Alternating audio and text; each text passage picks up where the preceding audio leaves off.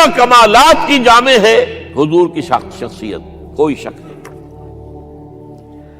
اس میں وہ شعر جو ہے حسن یوسف دم عیسیٰ ید بیضا داری، آنچ خوما حمد آرد تو تنہا داری، بہت صحیح ہے۔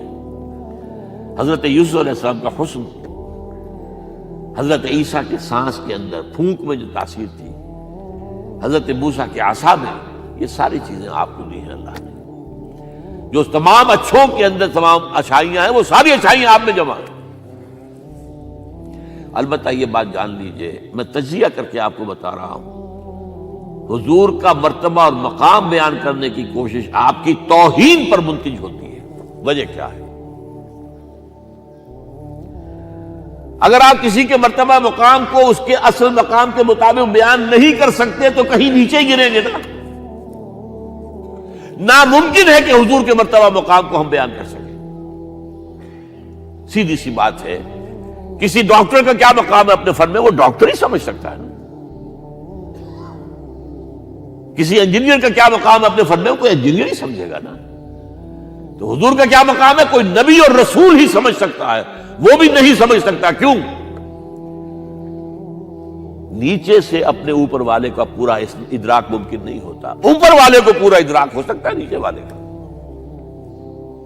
ظاہر بات ہے کہ حضور سب سے اونچے ہیں، سب سے اوپر ہیں، افضل الانبیاء ہیں، افضلہم۔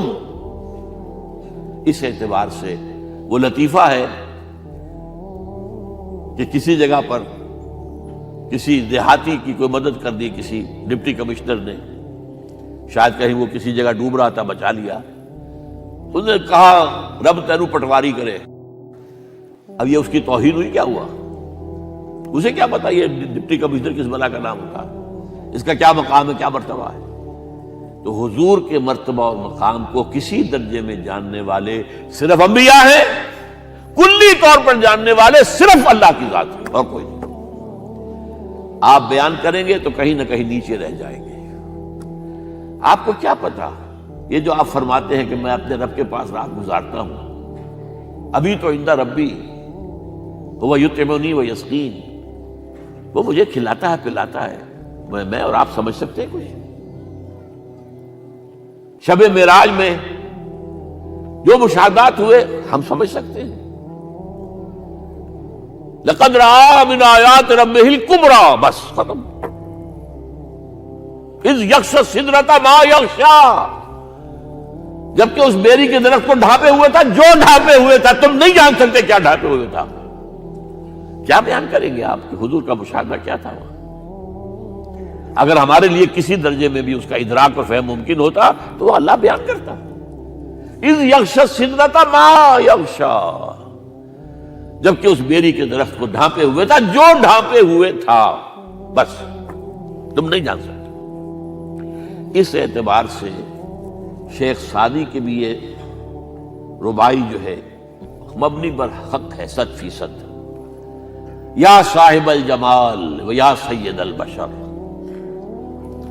من وجہک المنیر لقد نور القمر، اے جمال اور کمال والے، اے سید البشر، تمام انسانوں کے سردار، آپ کے چہرے انور کی روشنی ہی سے چاند کو روشنی ملی ہے۔ لا یمکن الثناء کما کان حقہ،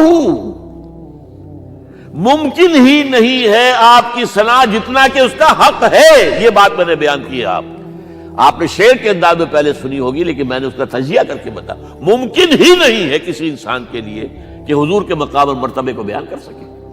جو کوشش کرتا ہے، جرأت کر رہا ہے، جسارت کر رہا ہے، کہیں نہ کہیں توہین کا مرتکب ہو جائے گا۔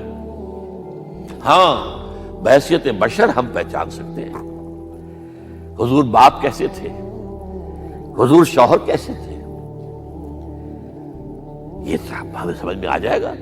حضور حاکم کیسے تھے، حضور منصف کیسے تھے، حضور سپہ سالار کیسے تھے، تمام جو بھی حیثیتیں ہو سکتی ہیں دنیا میں انسان کی، وہ تمام حیثیتیں جمع ہیں حضور کی ذات کے اندر۔ داعی بھی ہیں، مبلغ بھی ہیں، معلم بھی ہیں، مربی بھی ہیں، مزکی بھی ہیں، سپہ سالار بھی ہیں، صدر مملکت بھی ہیں، کیا نہیں ہے؟ ہر ایک کے لیے اسوہ ہے، ہر ایک کے لیے اسوہ ہے۔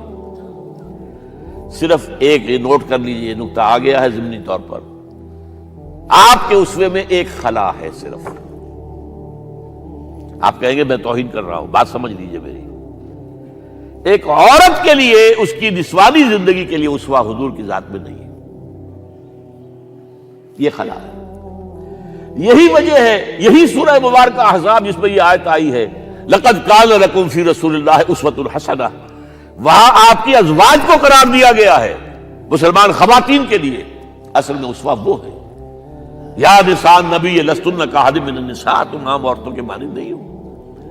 یہ حضور کا اسوہ جو ہے، جو ازواج مطہرات کے ذریعے سے ایک خواتین کا اسوہ جو ہے وہ امت کو ملا ہے.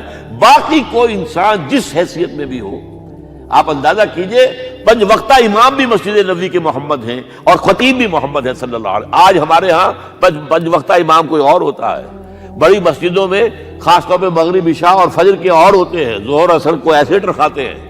اور یہ خطیب صاحب تو ظاہر بات ہے، خطیب صاحب ہے، وہ تو جمعے کو آئیں گے. اللہ اللہ خیر صلی.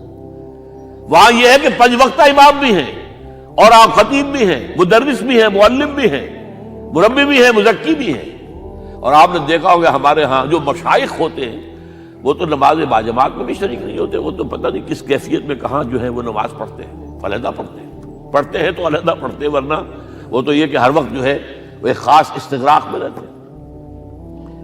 اس حوالے سے یا صاحب الجمال و یا سید البشر من وجهك المنیر لقد نور القمر لا يمكن الثناء كما كان حقه بعد خدا بزرگ تو ہی قصہ مختصر. اور یہی بات غالب نے مرزا ایوب بیگ صاحب نے آپ کو سنائی. غالب ثناء خواجہ بے یزداں گذاشتین. اے غالب ہم نے محمد صلی اللہ علیہ وسلم کی ثنا جو ہے وہ اللہ کے حوالے کر دی ہے، ہمارے بس کا روگ نہیں ہے. غالب ثناء خواجہ بے یزداں گذاشتین کہاں ذات پاک، کہاں یہ کہ آن کا مخفف بن جاتا عربی میں، کہاں کہ آن، کہاں ذات پاک مرتبہ دان محمد است، کہ وہی ذات پاک ہے جو محمد کے مرتبے سے واقف ہے اور کوئی نہیں جان سکتا.